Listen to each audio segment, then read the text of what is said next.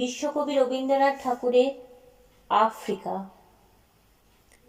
উদ্ভ্রান্ত সে আদিম যুগে স্রষ্টা যখন নিজের প্রতি অসন্তোষে নতুন সৃষ্টিকে বারবার করছিলেন বিধ্বস্ত, তাঁর সেই অধৈর্যে ঘন ঘন মাথা নাড়ার দিনে রুদ্র সমুদ্রের বাহু প্রাচী ধরিত্রীর বুকের থেকে ছিনিয়ে নিয়ে গেল তোমাকে আফ্রিকা।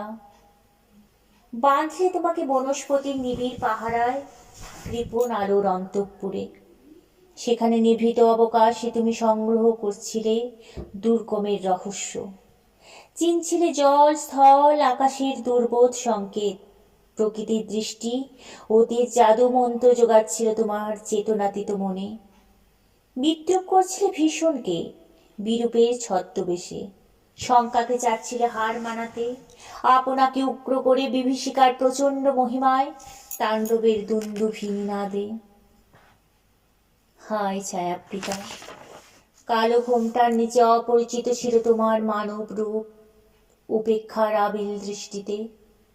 এলো ওরা লোহার হাত করে নিয়ে, নখ যাদের তীক্ষ্ণ তোমার নেকড়ের চেয়ে। এলো মানুষ ধরার দল, গর্বে যারা অন্ধ তোমার সূর্যহারা অরণ্যের চেয়ে। সভ্যের বর্বর লোভ নগ্ন করলো আপন নির্লজ্জ অমানুষতা। তোমার ভাষাহীন ক্রন্দনে বাষ্পাকুল অরণ্য পথে পঙ্কিল হলো ধূলি তোমার রক্তে অশ্রুতে মিশে।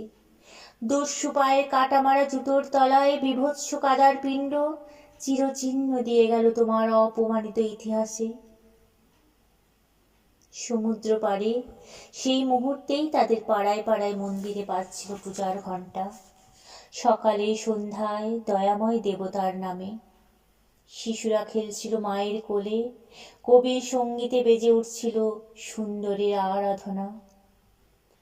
আজ যখন পশ্চিম দিগন্তে প্রদোষকাল, ঝঞ্ঝা বাতাসের ঊর্ধ্বশ্বাস, যখন গুপ্ত গহ্বর থেকে পশুরা বেরিয়ে এলো, অশুভ ধ্বনিতে ঘোষণা করলো দিনের অন্তিম কাল।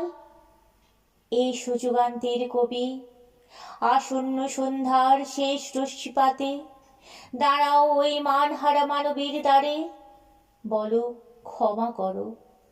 হিংস্র প্রলাপের মধ্যে সেই হোক তোমার সভ্যতার শেষ পুণ্যবাণী। নমস্কার।